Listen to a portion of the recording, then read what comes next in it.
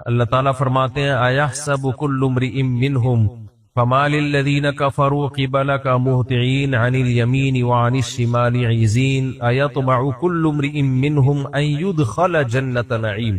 فرمایا ہر شخص کو یہ امید ہے کہ وہ عیش کے باغات میں داخل ہوگا۔ اس پر بیان میں نے پچھلے درس میں کیا تھا کہ انسان اپنی موجودہ حالت کو دیکھ کے کہ ابھی میں خوشحال ہوں تو وہ اس خوش فہمی میں رہتا ہے کہ ساری زندگی میں اسی طرح رہوں گا۔ تو مشرکین کو یہ خوش فہمی ہو گئی تھی کہ ہم جیسے دنیا میں اللہ نے ہمیں نعمتیں دی ہیں تو موت کے بعد بھی اگر آخرت ہوئی تو جنت بھی ہمیں ملے گی، کیونکہ اگر ہم اللہ ہم سے ناراض ہوتا تو اللہ ہمیں دنیا میں اس حالت میں کیوں رکھتا؟ دنیا میں کیوں اللہ نے ہمیں بھوک اور افلاس میں نہیں رکھا؟ اللہ نے ہمیں عیش اور عشرت میں دنیا میں کیوں رکھا ہے؟ بالکل یہی سوچ آج کے انسانوں کی بھی ہے۔ اگر ہم یوں کہیں نا کہ انسان اللہ کے بارے میں، اللہ کے دین کے بارے میں کیوں نہیں سوچتا، تو اس کا 2 اور 2 4 کی طرح جو آسان جواب ہے وہ یہ ہے کہ پیٹ بھرا ہوا ہے سب کا۔ اور جو مشرکین مکہ کی سوچ تھی کہ اگر خدا ہم سے ناراض ہے، ہم برے ہیں، تو ہم خوشحال کیوں ہیں، وہی آج کے ہمارے نام نہاد لبرلز اور جو مذہب مخالف لوگ ہیں ان کی سوچ ہے کہ اگر اسلام برحق ہے، محمد صلی اللہ علیہ وسلم سچے نبی ہیں، یہ مولانا لوگ جو باتیں کرتے ہیں وہ ٹھیک ہیں، تو انگریز ترقی میں کیوں ہیں، چائنا والے ترقی میں کیوں ہیں، جاپان والے ترقی میں کیوں ہیں، یہ لوگ اتنے مزے میں کیوں ہیں؟ آپ مسلم ملکوں میں جائیں، ہر وقت حالات خراب ہی ملیں گے آپ کو، کبھی کسی ملک کا خطرہ، کبھی کسی ملک کا، کبھی بیرونی طاقت آپس میں لڑوا رہی ہوں گی ان کو، اور وہ ممالک تمام قسم کے مسائل سے آزاد۔ تو وہم ہوتا ہے انسان کو کہ یار یہ کیا ہے، یار اگر ہم صحیح ہیں تو پھر ہم غلط کیوں ہیں، اور اگر وہ غلط ہیں تو پھر وہ صحیح کیوں ہیں؟ سمجھ میں آ رہی ہے بات؟ تو اللہ نے اس کا جواب کیا دیا، انا خلقناہم مما یعلمون۔ قرآن میں مختلف سوالوں کے نا مختلف جگہوں پہ مختلف قسم کے جواب ہیں کہ یہ بھی ہے، یہ بھی ہے، یہ جواب بھی ہے، یہ سمجھ میں نہیں آتا، یہ جواب ہے، یہ نہیں آتا، یہ جواب ہے۔ ایک جواب تو اللہ نے قرآن میں یہ دیا، وَلَوْلَا أَن يَكُونَ النَّاسُ أُمَّةً وَاحِدَةً لَجَعَلْنَا لِمَن يَكْفُرُ بِالرَّحْمَنِ لِبُيُوتِهِمْ سُقُفًا مِّن فِضَّةٍ وَمَعَارِجَ عَلَيْهَا يَظْهَرُونَ۔ اللہ کہتے ہیں تم یہ کہتے ہو کہ نافرمان لوگ اتنے عیش میں کیوں ہیں، اتنے مزوں میں کیوں ہیں؟ ہم اگر یہ بات نہ ہوتی نا کہ مسلمانوں کی آزمائش بہت زیادہ بڑھ جائے گی، یہ بات نہ ہوتی تو ہم کافروں کو اتنا دیتے کہ ان کے گھروں کی چھتیں، دروازے، سیڑھیاں یہ بھی سونے اور چاندی کے ہوتے، اتنا دیتے ہم ان کو۔ کیوں دیتے اتنا؟ اس لیے کہ ان کے لیے آخرت میں کچھ بھی نہیں ہے، کچھ بھی نہیں ہے۔ جو خدا کو مانتے نہیں وہ آخرت میں کیا امید لگا؟ وہ آخرت کو نہیں مانتے۔ ان سے جب کہا جائے کہ اللہ نے انسان کو پیدا کیا، وہ کہتے ہیں انسان اتفاق سے پیدا ہوا ہے، اتفاق سے پیدا ہوا ہے۔ ابھی ایک نئی انٹی آئی ہے مارکیٹ میں، وہ بھی دیسی انٹی ہیں، دیسی لبرل ہوتے ہیں نا، دیسی لبرل۔ تو قیصر راجہ صاحب کو اللہ جزائے خیر دے، وہ ان دیسی لبرلز کی طبیعت سے حساب کتاب کرتے رہتے ہیں۔ ان انٹی نے یہ کہا ہے کہ سائنسدانوں نے یہ بات مان لی ہے کہ تمام انسان ایک باپ اور ایک ماں کی اولاد ہیں، یعنی ہم سب جا کے جمع ہو جاتے ہیں، تقریباً 10 لاکھ سال انہوں نے ایک مدت بتائی ہے، 10 لاکھ یا کچھ کے قریب، 15 لاکھ ہوگی، 20 لاکھ ہوگی، کوئی کروڑوں اربوں سال پرانا نہیں۔ وہ کہتے ہیں یہ سارے کے سارے انسان جا کے کس پہ جمع ہو رہے ہیں؟ ایک آدم اور ایک ہوا پر، یعنی ایک مرد اور ایک عورت پر۔ ڈی این اے سے پتا چلا ہے کہ بھئی یہ سب جتنے بھی انسان دنیا میں ہیں ان کی اصل ایک ہے۔ آگے وہ جو آدم اور ہوا جو آئے ہیں نا، وہ پھر لے جا کے اللہ معاف فرمائے بندروں سے جا کے نسب ملا دیا۔ کتنی عجیب بات ہے یار کہ دیکھو کچھ چیزیں ایسی ہیں جن میں سائنس کو ماننا پڑے گا کہ یہ اللہ نے اپنی قدرت سے پہلی مرتبہ پیدا کر لیا براہ راست مٹی سے، اس کے بعد ایک اصول اور ضابطوں میں چلا دیا، لیکن صرف خدا کے انکار کے لیے نا اتنا جھوٹ بولتے ہیں، اتنا جھوٹ بولتے ہیں، خود لطیفے گڑتے ہیں بیٹھ کے۔ آپ نے سنا ہوگا نا کہ ایک جھوٹ کو چھپانے کے لیے کتنے جھوٹ بولنے پڑتے ہیں؟ 100۔ ایک سچ جو ہے نا، سچ کڑوا ہوتا ہے لیکن آپ اس پہ قائم رہیں، فتح اسی کی ہو جاتی ہے۔ جو سچی بات ہوتی ہے نا وہ ایسی بات ہوتی ہے کہ وقتی طور پہ تو اس میں نقصان ہوتا ہے، جیسے آج کل ہمیں دیکھو کیسے لوگ لتاڑ رہے ہیں، لیکن سچ اسٹیبل ہوتا ہے، مضبوط بنیادوں پہ کھڑا ہوتا ہے۔ تو اب جب سچ اسٹیبل ہوتا ہے، صحیح ہوتا ہے، تو وہ دائیں بائیں نہیں ہوتا، وہ اسی پہ ٹکا ہوا ہوتا ہے، تو بالآخر ایک وقت کے بعد جا کے دنیا اس کو مان لیتی ہے۔ لیکن اگر آپ جھوٹ بولنا شروع کر دو تو آپ کو جھوٹ کبھی بھی اسٹیبل نہیں ہوتا. جھوٹ 10 لوگ جھوٹ بولیں گے وہ ایک بات پہ متفق نہیں ہوں گے. 10 لوگ جب مل کے جھوٹ بولیں گے نا تو تبھی عدالت میں جو گواہوں کے بیان ہے نا وہ دیکھے جاتے ہیں کہ یہ سب ایک ہی بات کی گواہی دے رہے ہیں, ایک بات پہ جمع ہے, یا ایک کہہ رہا ہے غفار نے چوری کی ہے, دوسرا کہہ رہا ہے ستار نے چوری کی ہے, تیسرا کہہ رہا ہے جمشید نے چوری کی ہے, ایک کہہ رہا ہے 1 لاکھ روپے چوری ہوئے, دوسرا کہہ رہا ہے 10 لاکھ روپے چوری ہوئے, تیسرا کہہ رہا ہے گولڈ چوری ہوا ہے روپے چوری نہیں ہوئے, چوتھا کہہ رہا ہے پیر کے دن چوری ہوئی, چھٹا کہہ رہا ہے منگل کے دن چوری ہوئی, ساتواں کہہ رہا ہے کہ چوری تو ہوئی ہے لیکن جنوری میں ہوئی ہے, دوسرا کہہ رہا ہے 2024 میں تھا, وہ کہہ رہا ہے نہیں 2026 میں. تو یہ کیا ہے؟ یہ جھوٹ ہوتا ہے. یہ کبھی بھی اپنے پاؤں پہ کھڑا ہے. اس میں جذباتیت ہوگی, تقریریں ہوں گی, جوش ہوگا, رونا دھونا ہوگا, ہاں ہو گلے پھاڑنا ہوگا. سچ کیا ہوتا ہے؟ ایک اسٹیٹمنٹ ہوتی ہے, ایک جملہ ہوتا ہے, ٹھیک ہے نا, اور اس کی دلیل کیا ہوتی ہے؟ ایک مضبوط. تو وہ سچ بولنے والا اس دلیل پہ ڈٹا رہتا ہے اور جیت جاتا ہے بالآخر.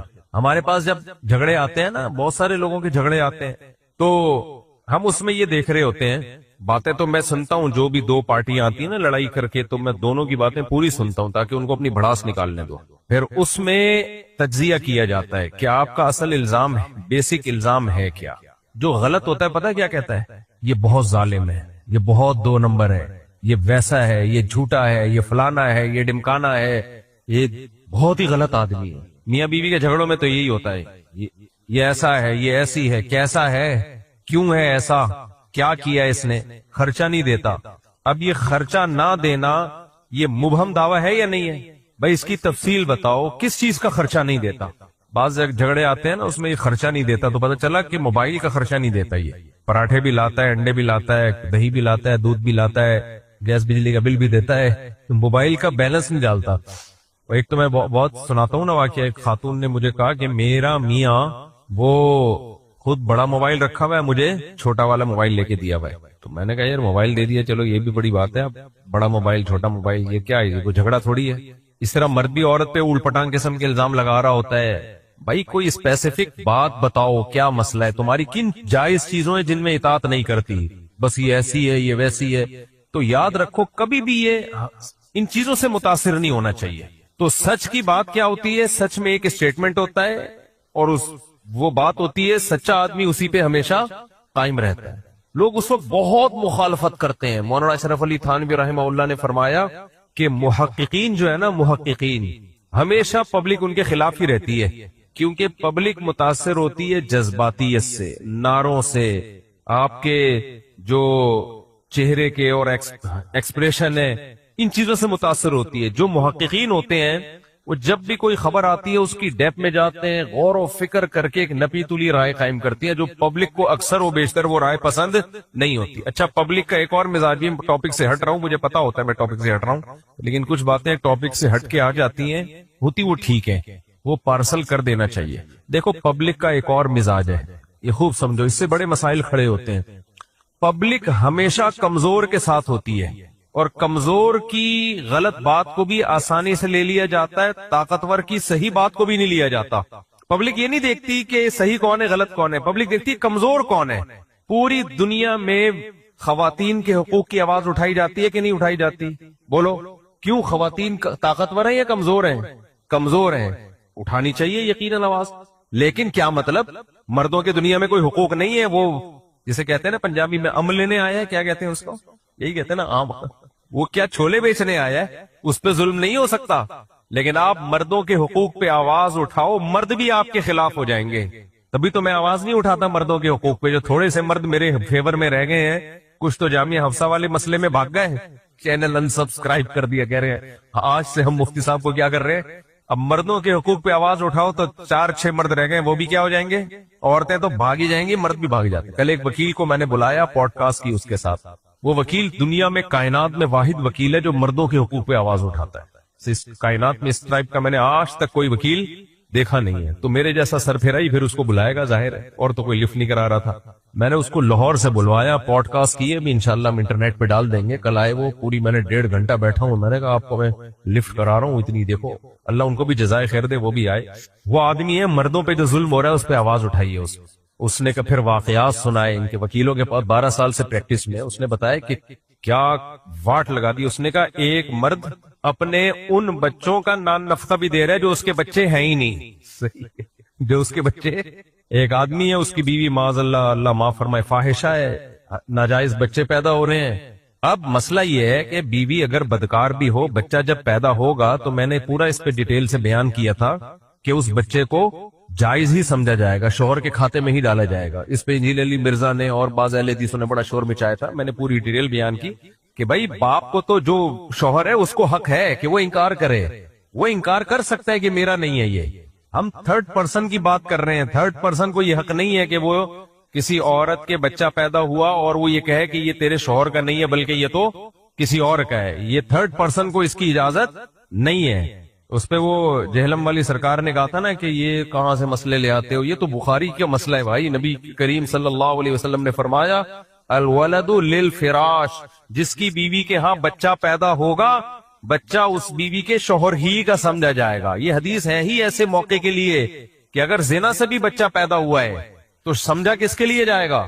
یعنی دوسروں کو اس کی اجازت نہیں ہے کہ وہ کہیں کہ نہیں جی یہ ایسا نہیں. اسلام نے نا شک کا دروازہ بند کر دیا ہے کہ تمہیں یہ بحث کی اجازت ہی نہیں ہے. ہاں شوہر کو اجازت ہے، شوہر جس کا نہیں ہے وہ کہہ دے کہ میرا نہیں ہے. وہ چپ بیٹھا ہوا ہے، جہلم سے آواز آ رہی ہے کہ نہیں اس کا ہے. قابل احترام توصیف الرحمان صاحب جو اہل حدیث عالم ہے وہ کہہ رہے ہیں نہیں اس کا ہے. تو یہ غلط ہے بھائی، یہ تو آپ حدیث کا انکار کر رہے ہو. تو میاں بیوی میں شادی ہو گئی، بچہ پیدا ہوا، شریعت نے کہا کہ ہم کس کو کہیں گے اس کا باپ جس کی بیوی ہے، تاکہ شکوک کے دروازے بند ہو. کیونکہ بہت دفعہ شک کا راستہ ہوتا ہے. اس میں نے کہا تھا چاہے وہ 2 سال سے الگ ہی کیوں نہ ہو، 3 سال سے الگ ہی کیوں نہ ہو، سوال پیدا ہوتا ہے کہ جب 2-3 سال سے الگ ہے تو بچہ حلال کیسے ہو گیا. تو بھائی شوہر کہنا نہیں ہے میرا، وہ کیوں چپ بیٹھا ہوا ہے؟ وہ بول دے تو ہم فرض کریں گے ہو گئی ہوگی ملاقات، ہمیں نہیں پتا بھائی، ہمیں کیا پتا، ہو سکتا ہے کوئی ہو گئی ہو کرامتی طور پہ، ہمیں کیا، ہمیں تو بچے کے نسب کی حفاظت کرنی ہے. اس لیے اس بارے میں جو ائمہ مجتہدین ہیں انہوں نے حدیث کو فالو کیا، اپنی رائے کو فالو نہیں کیا. بھائی جب حدیث کہہ رہی ہے کہ جس کا شوہر ہے، عورت کا شوہر ہے، تو بچے کا باپ اس ماں کے شوہر ہی کو کہا جائے گا. جب حدیث نے کہہ دیا تو ہم اپنی عقل کیوں استعمال کریں؟ یہ لوگ کو حدیث کا چونکہ بیچاروں کو پتہ نہیں ہوتا، اس لیے پھینکتے رہتے ہیں مارکیٹ میں نئے وسائل. کہتے ہیں یہ دیکھو جب بھی میاں بیوی کے بچہ پیدا ہوگا مجھے اور آپ کو یہ قطعاً اجازت نہیں ہے ہم بچے کے بال دیکھ کر کہیں کہ یہ جمشید کا نہیں ہے، یہ تو گھنگریالے بال خاندان میں کوئی نہیں گزرا. بھائی میاں بیوی اتنے وائٹ کلر کے ہوں کہ روشنی میں نظر ہی نہ آتے ہوں، اور بچہ اتنا بلیک پیدا ہوا کہ اندھیرے میں نظر نہیں آ رہا، پھر بھی کس کا بچہ ہے؟ اسی کا کھمدا جائے گا. یہ اسلام کا حسن ہے، اسلام کا قانون ہے. ورنہ تو بعض دفعہ بچہ باپ پہ نہیں جاتا، پر دادا پہ چلا جاتا ہے، اور کوئی نسل میں اوپر کوئی گزرا ہوتا ہے اس پہ چلا جاتا ہے. تو یہ تو شک اور وہم کا دروازہ کھل جائے گا. ڈی این اے کرنے کی بھی اجازت نہیں ہے اس میں آپ کو. یہ تو انگریزوں کا ہے ڈی این اے شی این اے. اسلام نے نسب کی حفاظت کی ہے. نہیں بھائی شادی ہو گئی تو بچہ کس کے کھاتے میں ڈالا جائے گا؟ جس کی بیوی ہے اس کے کھاتے میں ڈالا جائے گا. ہاں اس کو شریعت نے رائٹ دی ہے کیونکہ اس کو پتا ہوتا ہے. تو جب میں نے یہ بیان کیا تھا میاں بیوی 1-2 سال دور بھی ہوں پھر بھی بچہ پیدا ہوگا، تو ہمیں یہ اجازت نہیں ہے کہ بھائی تمہاری بیوی امریکہ میں ہے، تم 2 سال سے یہاں ہو تو یہ کیسے پیدا ہو گیا. ہم یہی فرض کریں گے بھائی ہو سکتا ہے ہمیں بتائے بغیر چھپڑ میں مل کے آ گیا. تو اس پہ سرکار نے کہا تھا کہ یہ دیکھو یہ ان لوگوں کے دین ہے، یہ ان لوگوں کا مذہب ہے، کیسی باتیں کرتے ہیں. 2-4 سال سے دور ہے بچہ پھر بھی جمشید کے کھاتے میں ڈالا جا رہا ہے. بھائی ہم نہیں ڈال رہے. کون ڈال رہا ہے کھاتے میں؟ اسلام ڈال رہا ہے. اسلام کہہ رہا ہے بیوی کے بچہ پیدا ہو گیا تو بس کس کے کھاتے میں ڈالا جائے گا؟ 6 مہینے بعد پیدا ہو، کم سے کم حمل کی مدت 6 مہینے ہوتی ہے. ہاں یہ جب ہے جب شوہر خاموش بیٹھا ہو. شوہر کو یہ رائٹ ہے کہ وہ یہ بول دے کہ میرا نہیں ہے، یہ شوہر کو رائٹ ہے. لیکن اگر شوہر یہ بول دے بیوی کو کہ یہ میرا نہیں ہے، تو آئیے ہم قرآن و سنت سے پوچھتے ہیں کہ قرآن و سنت نے مرد کو یہ اجازت دی ہے کہ وہ اپنی بیوی کو بڑے آرام سے کہہ دے کہ اس کا بچہ میرا بچہ نہیں ہے.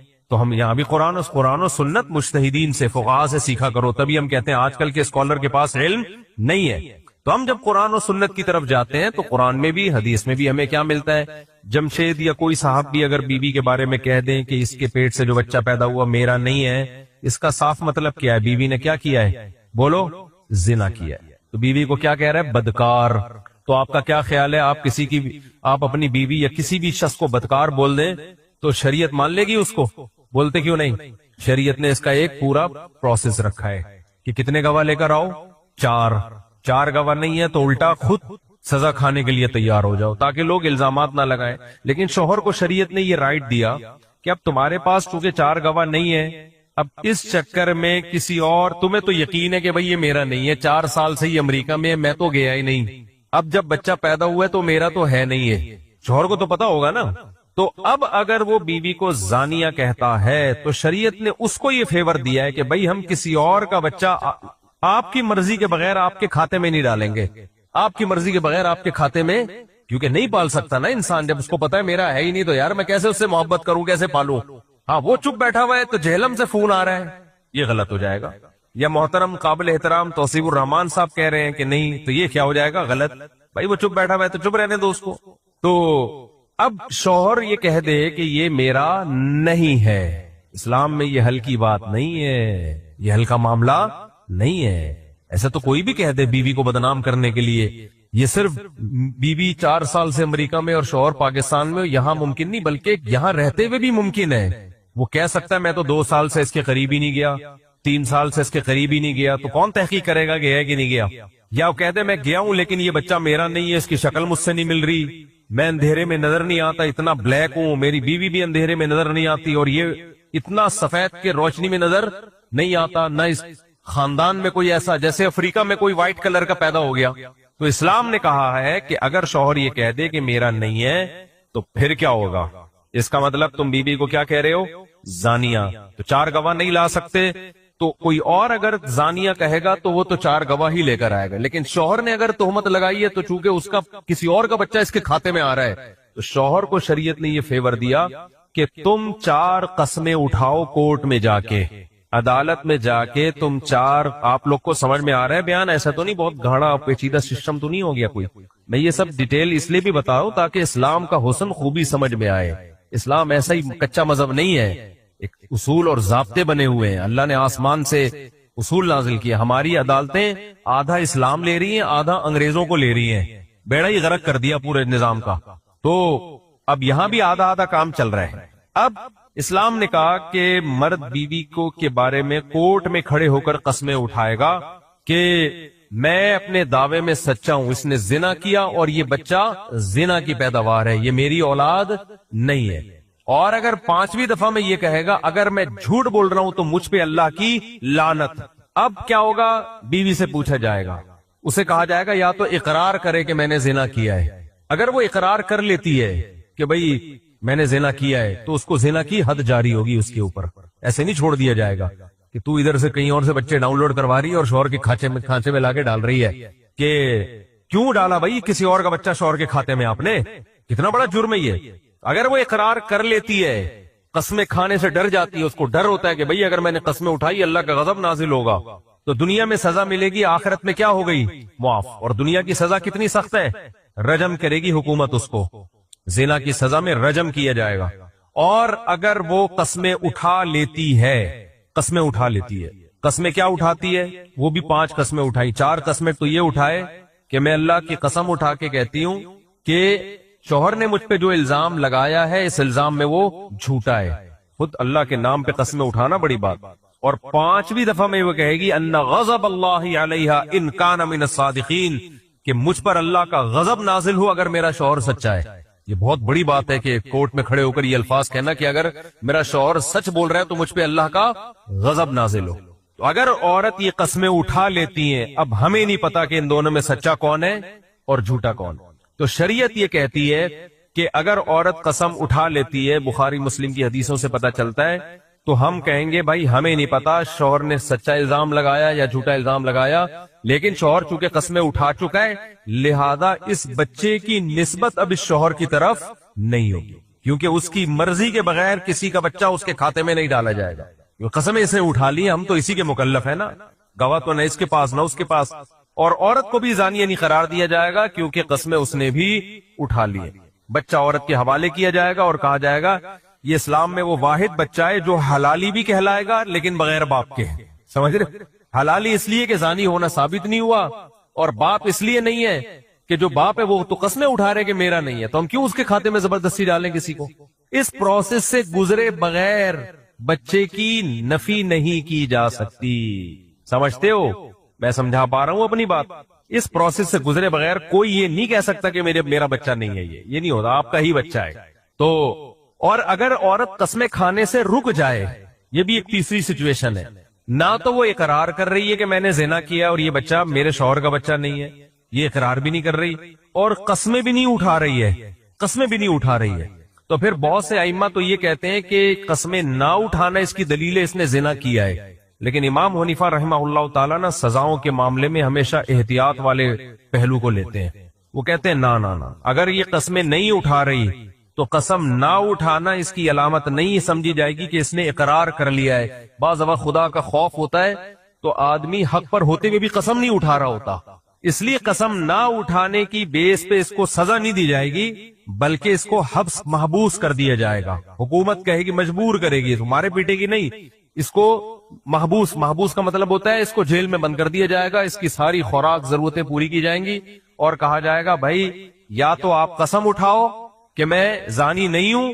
یا آپ اقرار کرو، دونوں میں سے ایک کام۔ جب تک دونوں میں سے ایک کام نہیں ہوتا، نہ آپ کو سزا دی جائے گی اور نہ آپ کو بے گناہ قرار دیا جائے گا۔ یعنی وہ کہتے ہیں خاموشی اس بات کی دلیل نہیں ہے کہ اس نے مان لیا۔ خیر یہ تو پورا، اس کو کہتے ہیں لعان، اس کو عربی میں کیا کہتے ہیں فقہ کی اصطلاح میں؟ لعان۔ اب ہماری عدالتوں میں کیا ہو رہا ہے؟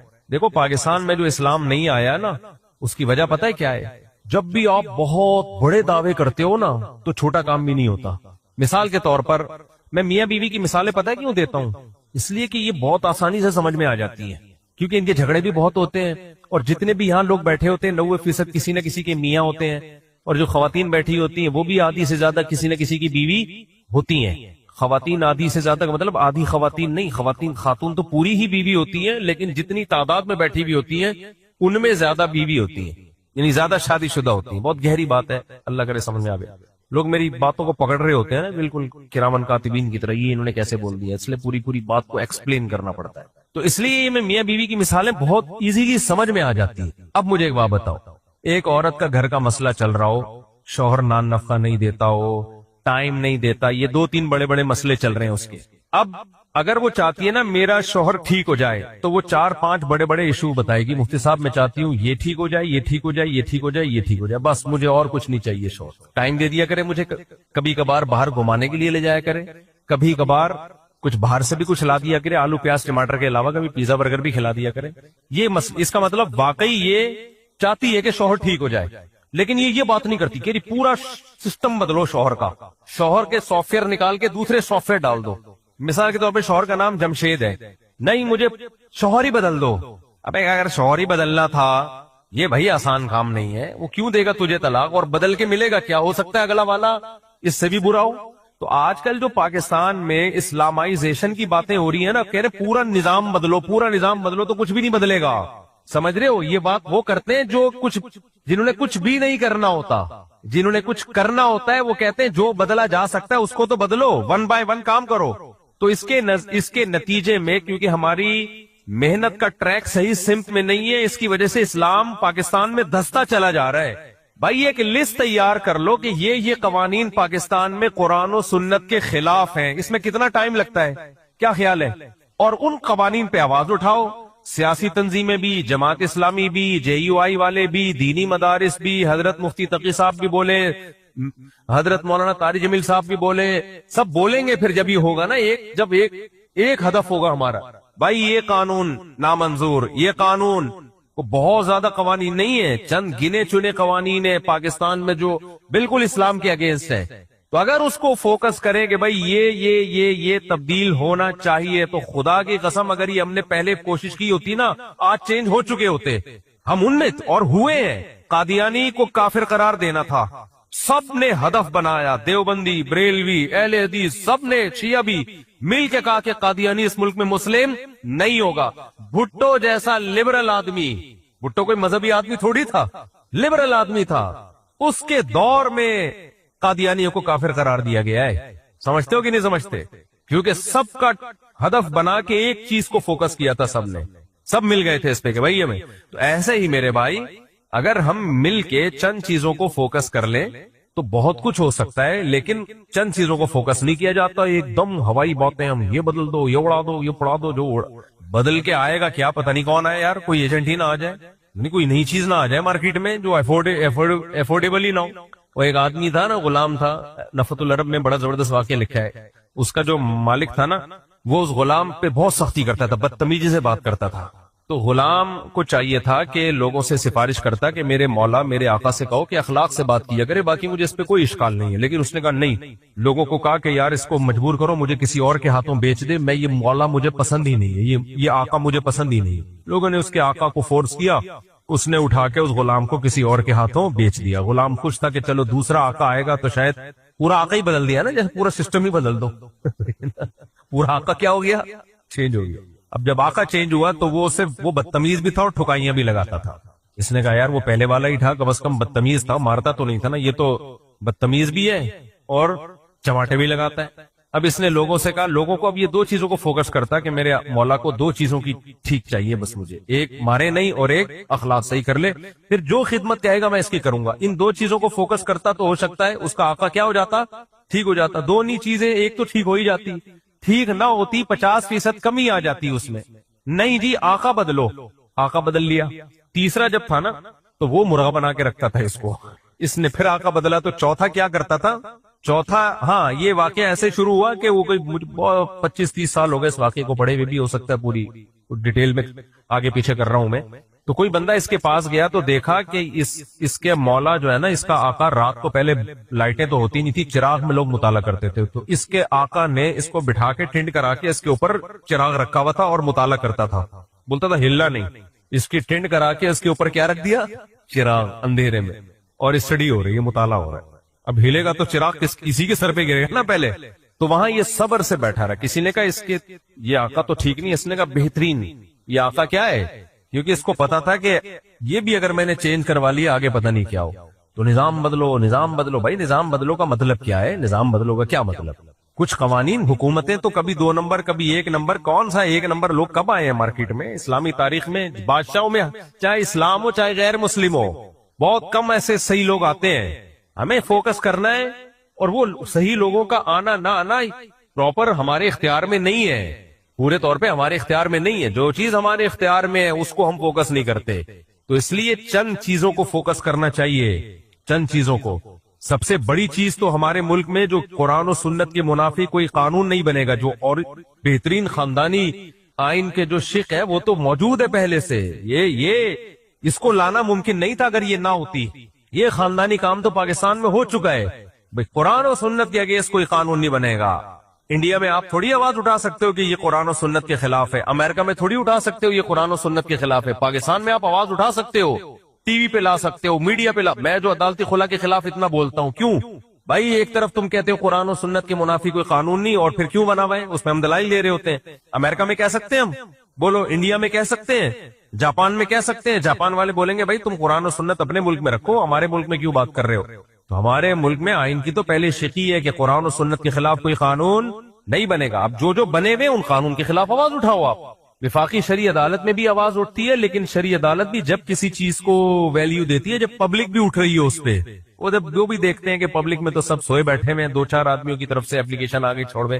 لیکن مجھے لگ رہا ہے جب تم سب رنڈوے ہو جاؤ گے نا، تب عدالتی خلا کے خلاف آواز اٹھاؤ گے. تم رنڈوا سمجھتے ہو؟ جس کی بیوی بھاگ گئی ہو یا مر گئی ہو.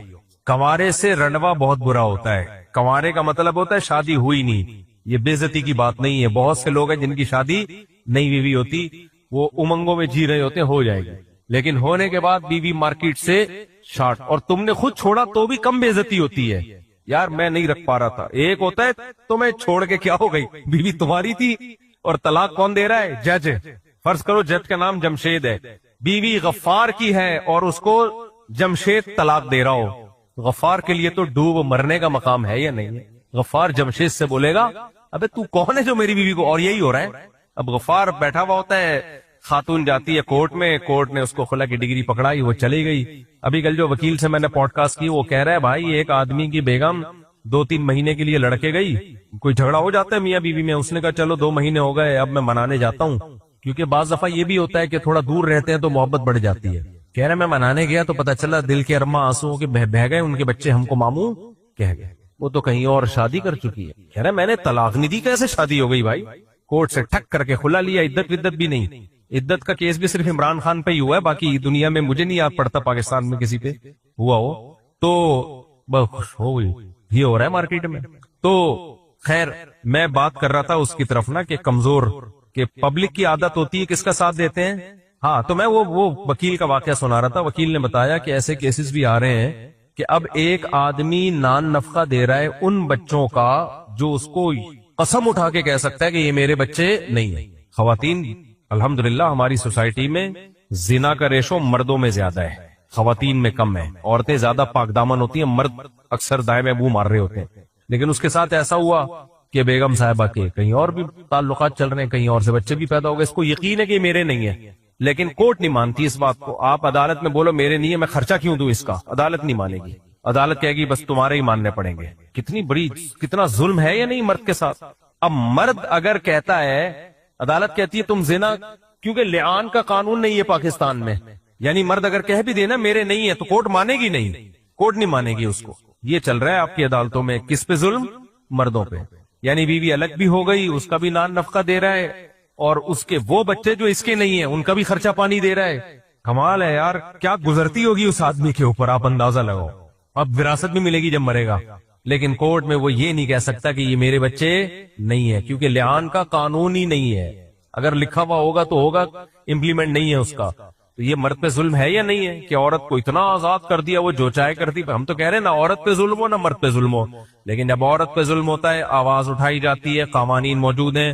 مرد پہ ظلم ہوتا ہے، مرد کی 2% کی حیثیت تم تو مردوں بول لو نہیں ہوتی، کوئی سنوائی نہیں ہے. اس لیے میں بار بار کہتا ہوں گھریلو عورتوں سے نکاح کرو جو گھر بسانے والی ہوں. زیادہ ہائی فائی کے چکر میں گئے، جب تک محبت رہے گی تو ٹھیک. جس دن تمہارا اس سے اختلاف شروع ہوا، جو تمہیں انگلیوں پہ اس نے نچانا ہے نا، تمہاری نسلیں یاد رکھیں گی. اور پھر تم میرا یہ بیان سن سن کے پھوٹ کے رو گے. ابھی تو نہیں سن رہے، ابھی سب سو رہے ہیں، کوئی یوں اونگ رہا ہے، کوئی ادھر دائیں میں جا رہا ہے. اس کے بعد تم یہی سنو گے ساری عمر.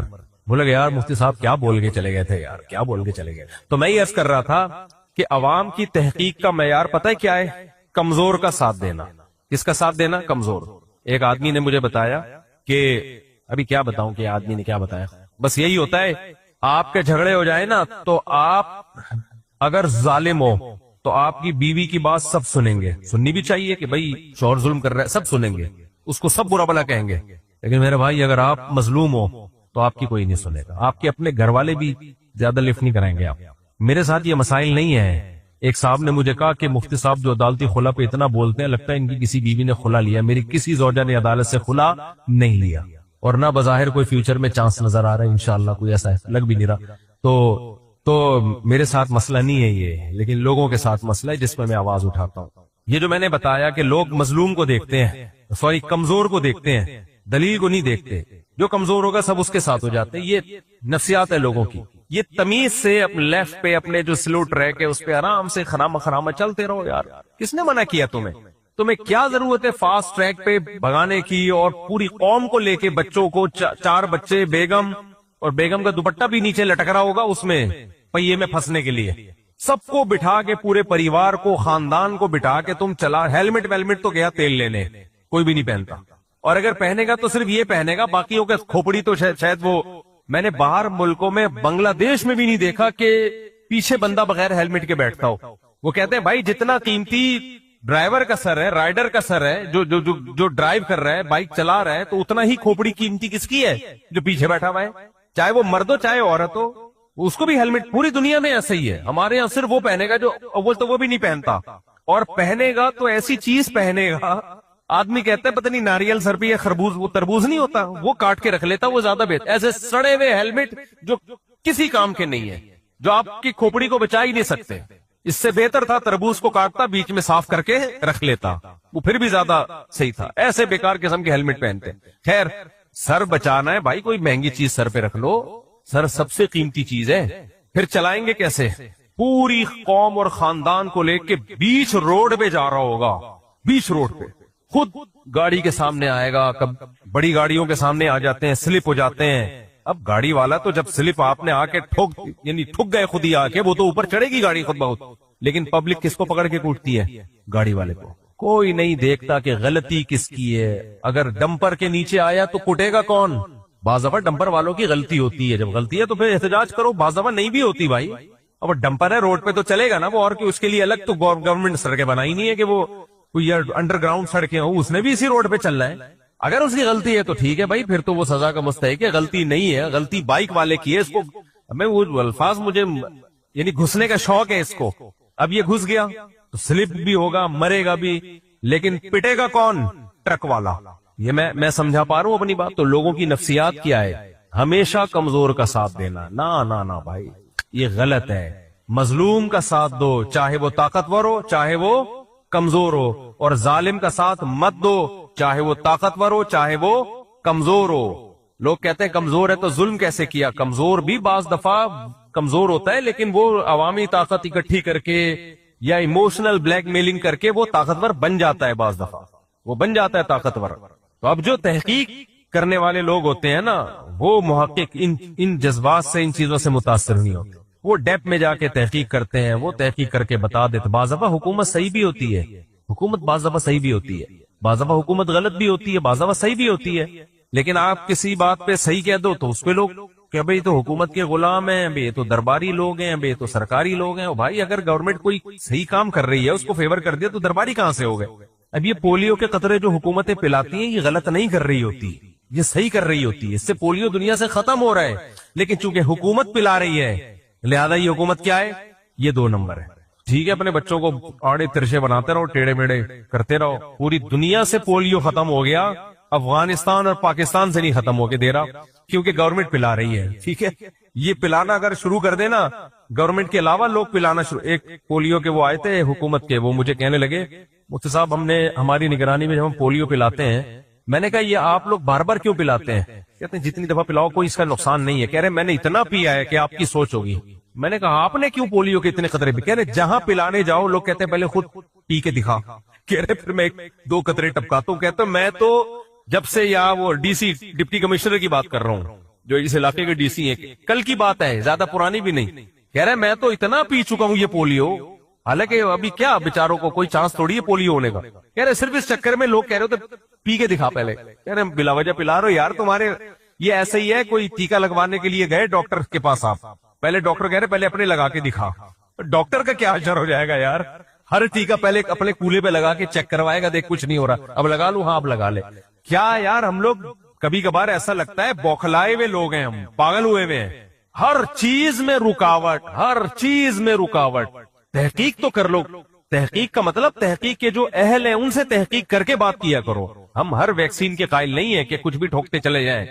کچھ ویکسین ایسی ہیں جو پوری دنیا میں ثابت ہو چکا ہے بھائی اس کی ضرورت ہے. ابھی جو آئی ہے نئی والی وہ کیا ہے, ایچ بی کر کے نام ہے, ہم اس کے فیور میں نہیں ہیں. اس میں ڈاکٹروں کو اطمینان نہیں ہے. اس میں جب تک ڈاکٹروں کے ایک بہت دیندار اور پرہیزگار ڈاکٹروں کا ایک پینل جب تک اس کی ضرورت کو ہمارے سامنے 2 اور 2 4 کی طرح واضح نہیں کر دے گا, ہم اس پہ فتویٰ نہیں دے سکتے. کیونکہ یہ یورپ امریکہ والے ملکوں کے لیے تو ہے, کیونکہ وہاں زنا بہت زیادہ ہے. تو جہاں زنا بہت زیادہ ہوتا ہے اس کے لیے ویکسین ٹھیک ہوتی ہے. ہمارے یہاں ایسا نہیں ہے الحمدللہ. تو اس لیے ہمارے یہاں ایسا نہیں. ہاں جن کیا ہو وہ جو چاہے کریں. اب نہ ہم اس میں یہ کہہ رہے ہیں کہ یہ کوئی سازش ہے, نہ ہم یہ کہہ رہے ہیں کہ اس کی ہر ایک کو ضرورت ہے. بیلنس بات کی ہے بھائی, سازش وہ کوئی ویکسین ہوگی لیکن ان کے لیے, ہمارے لیے نہیں ہے. لیکن پولیو تو ہمارے لیے زیادہ ہے, ان کے لیے کم ہے. پولیو تو ہے ہی ہماری بیماری ہے, کیونکہ یہ گٹر کے پانیوں سے ہوتی ہے. آپ جو پانی پی رہے ہو, جب بھی دیکھو موٹر میں پانی آتا ہے نا تو پہلے کیا آتا ہے؟ پہلے گندا پانی آتا ہے, سارا گٹر لائنوں کا پانی ہے. تو موٹروں کی ٹیکنالوجی ہے, قدرت نے انتظام دیا ہوا کہ پہلے گٹر کا نکال دو. نہ نکالتی تو ہم کیا کر لیتے؟ کیا خیال ہے بھائی؟ لیکن پھر بھی کچھ نہ کچھ تو مکس ہوتا ہے نا. تو بچے جب پیئیں گے تو ہوتا ہے پھر ان کو. تو خیر, تو کہاں سے کہاں چلے گئے؟ میں یہ عرض کر رہا تھا کہ اللہ تعالیٰ نے, ہاں یہ بات کیا چیز آپ پکڑ کے رکھا کریں گی چیز جہاں سے بات نہیں. یہ تو میں بات کر رہا تھا کہ کمزور کو لوگ ہمیشہ, ہاں تو خلاصہ یہی نکلا کہ دیکھو کسی بھی چیز میں جذبات سے کبھی متاثر ہو. سچ جو ہے نا, سچ کیا ہوتا ہے؟ اسٹیبل ہوتا ہے. ہر چیز میں حق ہمیشہ ایک پائیدار چیز ہوتی ہے. لوگ خلاف ہوتے ہیں آخر میں مان جاتے ہیں, اور جو حق بات نہیں ہوتی وہ پائیدار نہیں ہوتی. جو لوگ کسی چیز میں ایکسپرٹ ہوتے ہیں, جب وہ کوئی رپورٹ پیش کرتے ہیں تو اس پہ پھر جو بھی اشکالات ہوں گے ان کے پاس ہر اشکال کا جواب ہوتا ہے. لیکن کوئی اناڑی جب کوئی رپورٹ پیش کرتا ہے، جو اشکالات اٹھتے ہیں تو بوکھلا جاتا ہے، وہ پھر آئیں بائیں شائیں مارنے لگتا ہے، پھر ادھر ادھر کی پھینکنے لگتا ہے. وہ ہوتا ہے کہ نہیں ہوتا؟ تو ہر جگہ یہ اصول چلتا ہے، شرک حق ہے یا باطل ہے؟ بولو باطل. اسی وجہ سے دنیا میں جتنی مشرکین کی قسمیں پائی جاتی ہے نا، توحید پرستوں کی صرف ایک قسم ہے. توحید پرست کتنے ہوتے ہیں؟ ایک. دنیا میں کہیں بھی جاؤ گے توحید پرستوں کا ایک دعویٰ، ایک خدا نے بنایا، مشکل کشا بھی وہی، حاجت روا بھی وہی، مرادیں بھی وہی پوری کرتا ہے، سر بھی صرف اسی کے سامنے جھکاؤ، نقصان بھی صرف وہی پہنچا سکتا ہے، نفع بھی صرف وہی پہنچا سکتا ہے. لیکن اب اگر آپ شرک کے پاس، مشرک کے پاس چلے جاؤ، مشرک نے ایک دعویٰ کیا کہ نہیں، اللہ کے علاوہ دوسروں سے مانگنا بھی جائز ہے. اچھا جائز ہے، کیوں جائز ہے؟ کہ اللہ نے ان کو بھی اختیارات دیے ہوئے ہیں. اب ہر مشرک کی رپورٹ دوسرے سے کیا ہوگی؟ الگ. ہر مشرک کی. پہلے ہم ہندوؤں کی طرف چلتے ہیں، ان سے پوچھو اللہ کے علاوہ کتنے بھگوان ہیں؟ کوئی کہے گا 2 کروڑ، کوئی کہے گا 1.5 کروڑ، کوئی کہے گا 1 کروڑ، کوئی کہے گا 5 لاکھ، کوئی کہے گا 6 لاکھ، کوئی کہے گا 3,000، کوئی کہے گا 2,000، کوئی کہے گا وہ کون سے ہیں، کوئی کہے گا یہ ہے، کوئی کہے گا یہ نہیں ہے بلکہ یہ ہے، کوئی کہے گا یہ نہیں بلکہ یہ ہے. بیان میں کوئی پائیداری ہے؟ اچھا بھائی یہ والا بھگوان کیا کرے گا؟ یہ والا بھگوان جو ہے یہ آپ کی شادی کرا دے گا، یہ والا نہیں کرا سکتا، یہ والے کا پتہ نہیں کرا سکتا ہے کہ نہیں کرا سکتا. دوسرا کہے گا کرا سکتا ہے، تیسرا کہے گا نہیں کرا سکتا. تو یہ والا کیوں کرا سکتا ہے؟ بس یہ کرا سکتا ہے. تو یہ کیا کرائے گا پھر؟ یہ جو ہے آپ کو جاب دلا دے گا. یہ والا بھگوان ہے، جب آپ اس کے سامنے سر ٹیکو گے مانگو گے تو یہ جاب کا بھگوان ہے، یہ جاب دلائے گا. سوال پیدا ہوتا ہے یہ جاب جب دلا سکتا ہے تو شادی کیوں نہیں کرا سکتا؟ کوئی جواب ہے؟ ہر شخص کا بھگوان الگ. کوئی سورج کی عبادت کر رہا ہے. ایک ہندو نے کمنٹ کیے ہوئے تھے کہ معبود روٹی ہے، کیونکہ ہمیں جتنی ضرورت روٹی کی ہے کسی اور چیز کی نہیں ہے، رزق کی. بھائی اگر رزق ہو اور سورج کی روشنی نہ ہو، کیا خیال ہے بھائی؟ پانی نہ ہو، ایسے تو بیسیوں چیزیں ہیں. ایسی چیزوں کی عبادت ہو رہی ہے کہ آپ مسجد میں بتا نہیں سکتا میں. ایسی یعنی وہ سطر جو چھپانے کا حکم ہے، بعض لوگوں نے انہی کو معبود بنایا ہوا ہے. چوہوں تک کی عبادت ہو رہی ہے کہ بھئی یہ جو بڑے بڑے ہمارے وہ گزرے ہیں، ان کے جو بھی بھگوان ٹائپ کی چیزیں، وہ سب ان کی روحیں کہاں آئی ہوئی ہیں؟ ان چوہوں میں آئی ہوئی ہیں. اس مندر میں جو چوہا آ جائے تو وہ بھی بڑا پہنچا ہوا ہے، تو اس چوہے کی عبادت ہو رہی ہے. کوئی بندر کی عبادت کر رہا ہے، کوئی سانپ کی عبادت کر رہا ہے، کوئی چاند کی عبادت کر رہا ہے، کوئی سورج کی عبادت کر رہا ہے. ان مشرکوں کو چھوڑو، مسلمانوں میں جو مشرک پیدا ہو گئے ان کی طرف ہم چلتے ہیں. کہتے ہیں بھائی اللہ کے رسول سے بھی، میں نے ابھی کینیڈا میں، امریکہ میں نے بیان کیا کہ اب صرف یا اللہ مدد. اتنے لوگ شوق سے بیان میں آئے ہوئے تھے، زبردست جذبات. لوگ کہہ رہے ہیں یار اتنا بڑا کراؤڈ، مفتی صاحب کینیڈا سے بھی لوگ آ گئے. جب پتہ چلا نا میں امریکہ میں آیا ہوا، زبردست میرا بیان ہوا، ماشاءاللہ ماشاءاللہ. میں نے ایک بات کہہ دی کہ صرف یا اللہ مدد، یا رسول اللہ مدد نہیں. اس پہ جو جنہوں نے بیان کروا ان کے بس کمنٹس آنا شروع ہو گئے کہ یہ فرقہ واریت پھیلا رہے ہیں، یہ کس پہ طنز کرنا چاہ رہے ہیں. میں نے کہا خدا کی قسم کسی پہ طنز نہیں کر رہا، میں صرف یہ بتا رہا ہوں کہ صرف یا اللہ مدد، نہ تو یا رسول اللہ مدد، نہ تو یا غوث آدم مدد، نہ تو یا علی مدد. مدد صرف کس سے؟ اللہ سے. کہنے لگے وہ صاحب تھوڑا سا احتیاط کیا کریں، ہر مکتبہ فکر کے لوگ ہوتے ہیں یہاں پہ. میں نے کہا اگر مکتبہ فکر میں توحید ہی ختم ہو گئی تو ایسے مکتبے کا ہم نے کیا خیال ہے بھائی، کیا کرنا ہے یار؟ تو اسلام کی تو بیس کہاں سے شروع ہوتی ہے؟ توحید سے شروع ہوتی ہے. ایسے مکتبے کا میں نے کہا میں کس سلسلے میں حاضر ہوں یہاں پہ؟ تو اگر صرف کراؤڈ ہی اکٹھا کرنا ہے تو میں نے کہا میرے بھائی پھر اگر صرف کراؤڈ ہی اکٹھا کرنا ہے تو یہاں کسی سنگر کو، ڈانسر کو بلا لو، اس سے ڈبل کراؤڈ ہوگا. کیا خیال ہے؟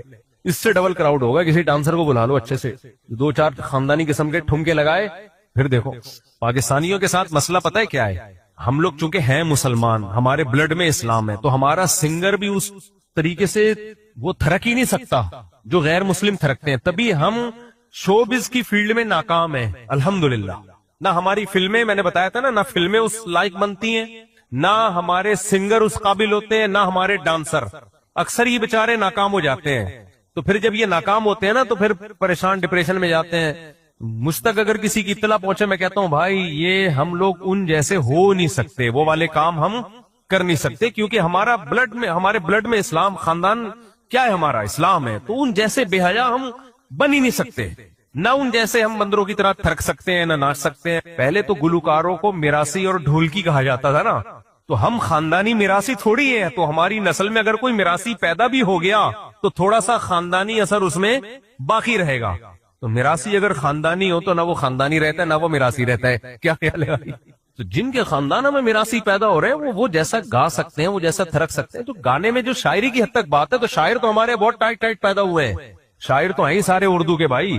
یا کہانیاں ہمارے یہاں بہت اچھی لکھی جاتی رہی ہیں، ابھی بھی لکھی جا رہی ہیں کہانیاں. جو ڈراموں میں کہانیاں ہوتی ہیں، یہ کتابوں میں یا ناولوں میں، اس کے تو ماسٹر ہیں. یہ تو ادب ہے نا، شاعری تو کیا ہے، یہ تو کمال ہے. شاعری کا کون خلاف ہے؟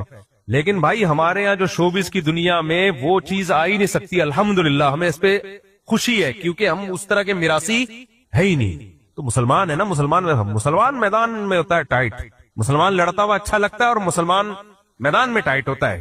سمجھتے ہو کہ نہیں سمجھ؟ میدان میں آتے ہوئے ابھی دیکھو، جب وہاں سے مودی کے 76 جہاز تھے اور ہمارے کتنے تھے 40-45، ڈبل کا ریشو تھا.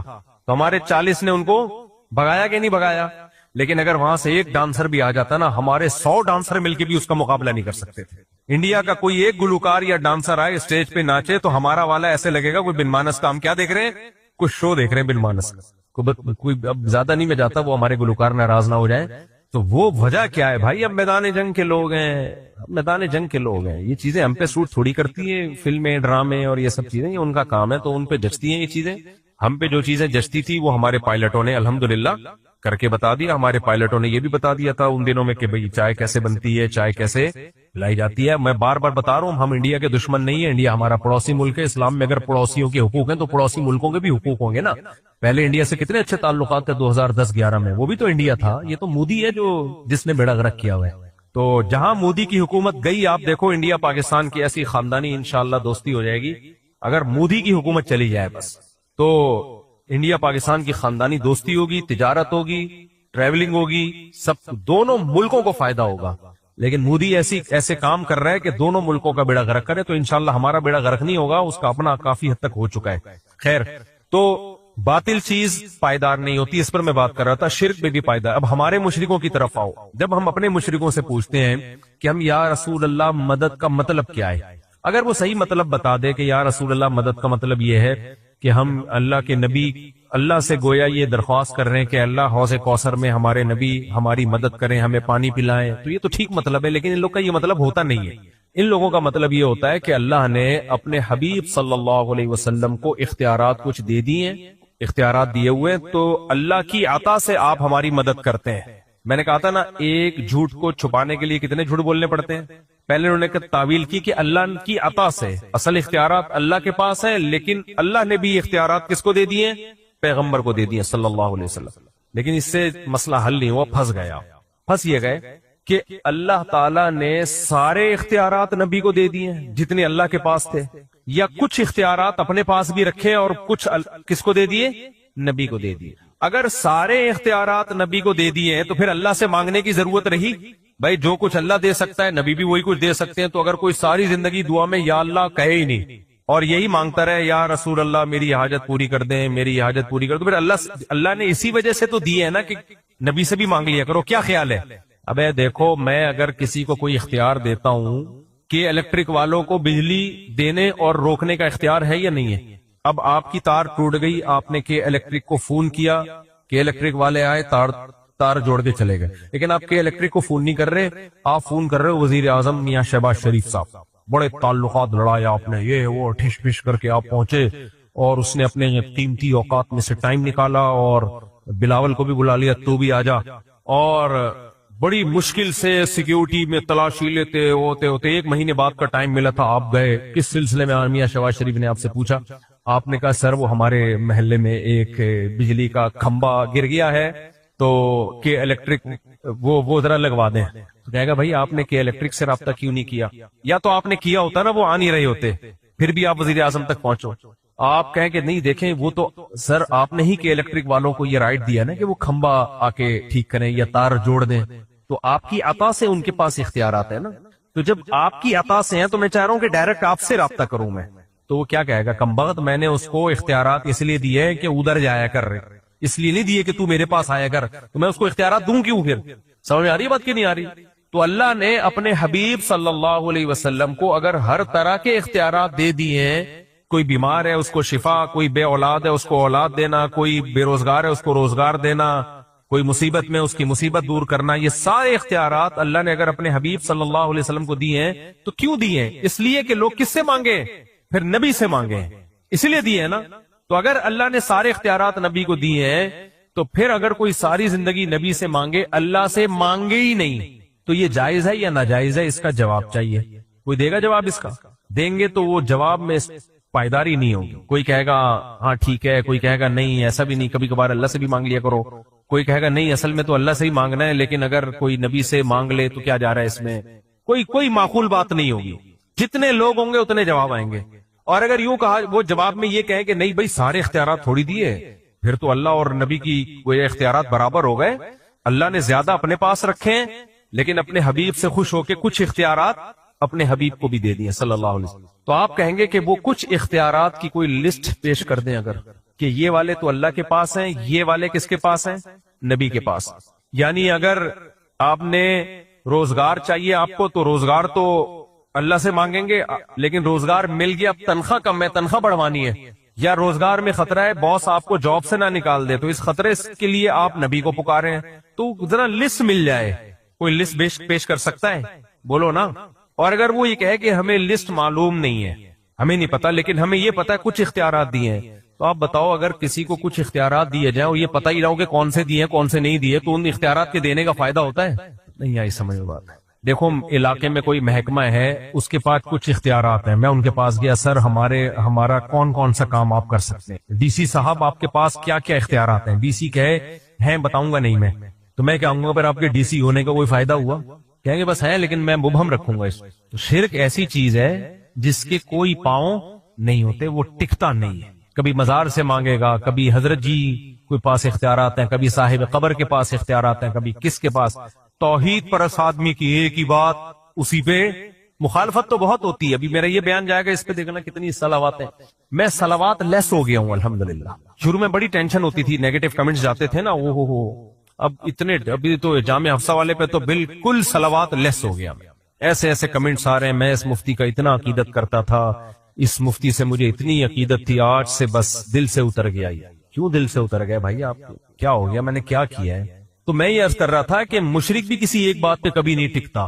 اسی طرح یاد رکھو, اسلام میں سب سے بڑی خوبصورتی پتہ ہے کیا ہے؟ جتنے غیر مسلمان ہوئے ہیں نا, میں نے جو میرے علم میں آئے, میں نے جس سے بھی پوچھا کہ آپ کیوں مسلمان ہوئے, سب کی زبان پہ ایک جملہ کامن تھا کہ اسلام میں کلیئرٹی بہت ہے, کوئی کنفیوژن نہیں ہے, جو بات کی اس پہ قائم ہے, جو بات کرتا ہے اسلام اس پہ کیا ہے؟ فیئر ہے. گھماتا نہیں ہے بات کو کہ پہلے اس کا یہ مطلب, پھر مطلب کا مطلب, پھر مطلب کے مطلب کا مطلب. اسلام کے علاوہ جتنے بھی مذاہب ہیں نا, جب آپ ان سے ان کے عقیدے پوچھو گے, تعلیمات پوچھو گے, یہ کون سا عقیدہ ہے, یہ تو سمجھ میں نہیں آ رہا, تو اس لیے سمجھ میں آیا اس کا یہ مطلب ہے, اس مطلب کا کیا مطلب ہے, اس مطلب کا پھر یہ مطلب ہے, پھر اس مطلب کا وہ مطلب ہے, پھر مطلب کا مطلبوں کے مطلب کے بعد آدمی کے سب بوکھلا جاتا ہے. آخر میں آتا ہے کہ بھائی جو پادری نے کہا بس وہ پتھر پہ لکیر ہے, آپ کو اس پہ آواز اٹھانے کی اجازت نہیں ہے, تو پہلے ہی بول دیتے بھائی, پھر ایکسپلین کرنے کی اس کو ضرورت کیا تھی. تو اسلام میں جو چیز اٹریکٹ کرتی ہے نا غیر مسلم کو, تبھی تو مسلمان لاجک کی بات کرتا ہے. ایک انٹی آئی ہے, لبرل انٹی, میں نام لے دوں گا تب چڑھ گئی نا مجھے. وہ کیا کر رہی ہیں, مولویوں کے بیانات چلا رہی ہے کہ دیکھو یہ سائنس کے خلاف, ان لاجیکل بات چھانٹ کے وہ مولوی لا رہی ہیں میڈیا پہ جو بالکل ان لاجیکل بات کرتے ہیں. یار یہ تو 2 نمبر ہی ہے. چند مولانا ہیں جو پھینکتے رہتے ہیں نا لمبی, انہی کے ویڈیو چلائے گی کہ دیکھو یہ کیسی بات کری ہے انہوں نے, یہ کیسی. بھائی کیا مولانا باقی مر گئے دنیا میں؟ تو ایسے لوگوں سے ہوشیار رہو. یہ بالکل ایسے ہی ہے جیسے ایک صحافی کو کسی نے بتایا کہ انڈیا کے کسی گاؤں میں ایک مولوی صاحب نے فتویٰ دیا ہے کہ یہ جو ایئرپورٹ پہ اسکیننگ مشین ہوتی ہے نا, جس سے تلاشی لی جاتی ہے, یہ حرام ہے. تو اس اینکر سے جب پوچھا گیا, اینکر نے جب پوچھا اس صحافی سے, اس صحافی نے کہا مولویوں کی ایسی کی تیسی کر دی اس نے, یہ مولوی ترقی کی راہ میں رکاوٹ, لوگ بم لے کے چلے جائیں اور اسکین نہ ہو, بس یہ ایسے یہ ویسے. یار کس مولوی نے فتویٰ دیا یار؟ جتنے مولانا ٹریولنگ کرتے ہیں ساری کی باڈی اسکین ہو رہی ہوتی ہے, کسی نے فتویٰ نہیں دی. انڈیا کے کسی گاؤں میں کسی نے دے دیا, اس مولوی کو اٹھا کے ٹی وی پہ لا کے. تو یہ خود اس کی علامت ہے کہ یہ اپنی ٹھڑک مولویوں کے خلاف